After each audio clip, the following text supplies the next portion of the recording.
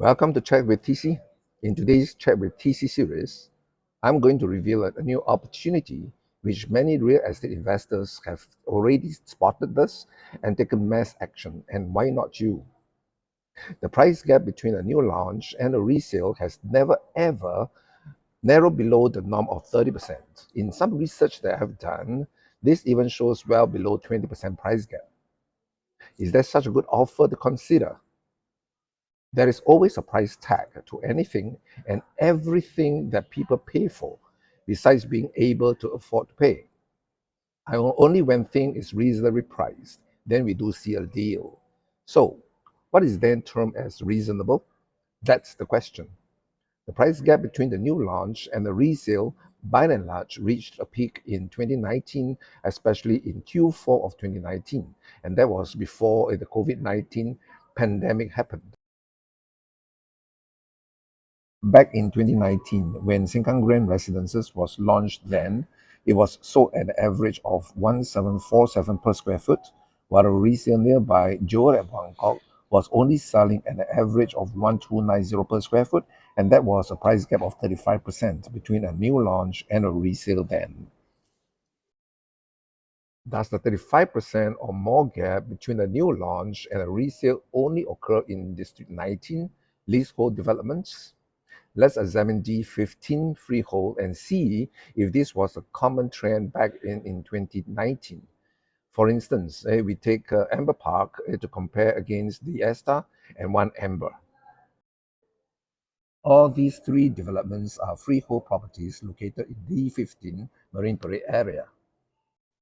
The price gap between Amber Park, which was newly launched in 2019, was 38% higher than the Esta and 53% higher than One Amber.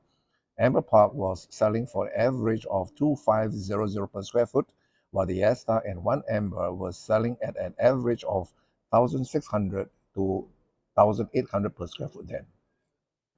Today, these price gaps of 38% and 53% were falling to about 15%.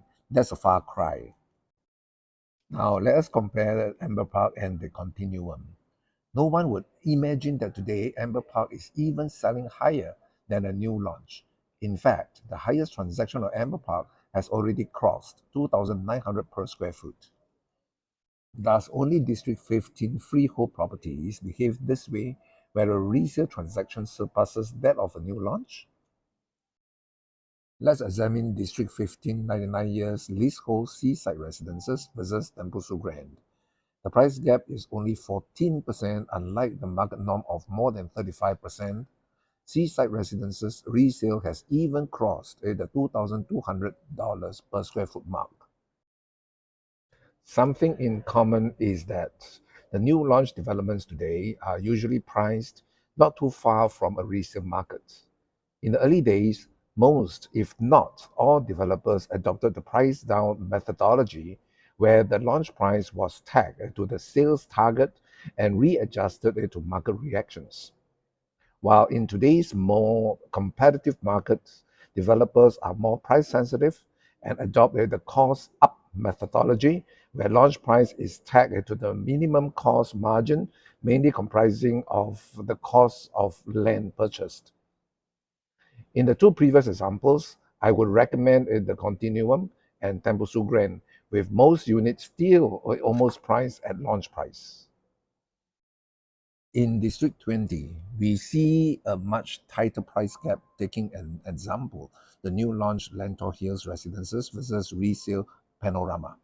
The average per square foot of Lentor Hills Residences is 2,100 per square foot, and Panorama is 1,890 per square foot. And that's a mere 11% difference only as compared to the market norm of more than 35% years ago. Currently, there are also value buy in Lentor Hill Residences for as low as $1,900 per square foot. So has one ever thought the price of a new launch could be that close to buying a resale? It is happening, and many have taken action to invest in the value buy new launch developments, which I have helped spot on. And why haven't you?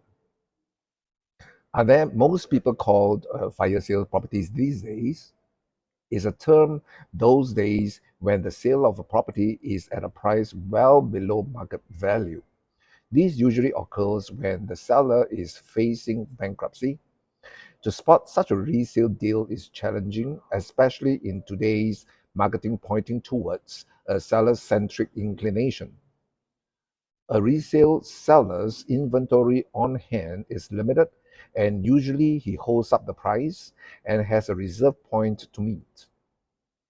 In contrast, new launch inventory is by and large available in the hands of the developer and usually more price sensitive. Most developers' units are priced to sell based on cost up and not price down, especially during launch infancy stage.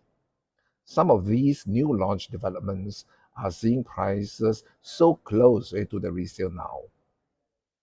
If you do own a resale property and have been holding up, what's best for you to plan to grow your property value?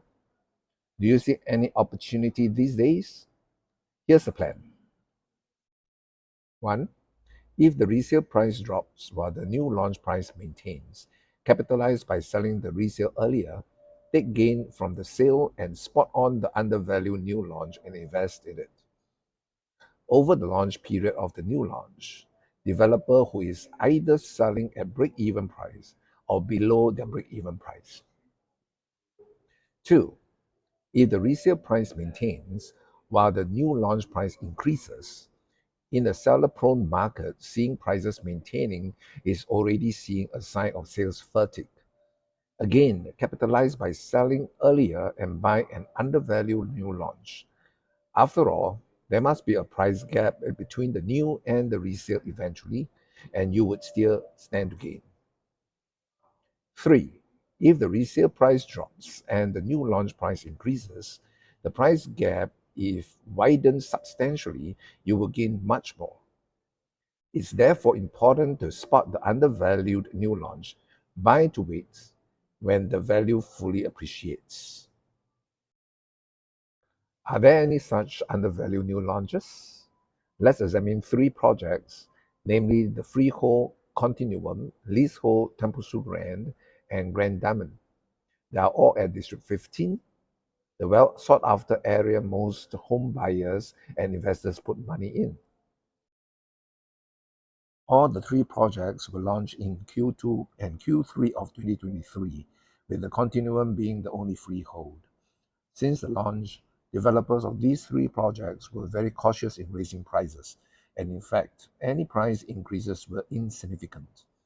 Worth to note that usually a freehold would price 20% or more comparing a leasehold. The freehold continuum in general is priced below a 10% more than a leasehold. That's amazingly an unfair advantage today. So, do you see an opportunity now? If you have not taken any action, I urge you to take an action today, connecting with me. If you have any concerns, do reach out to me, chat with me.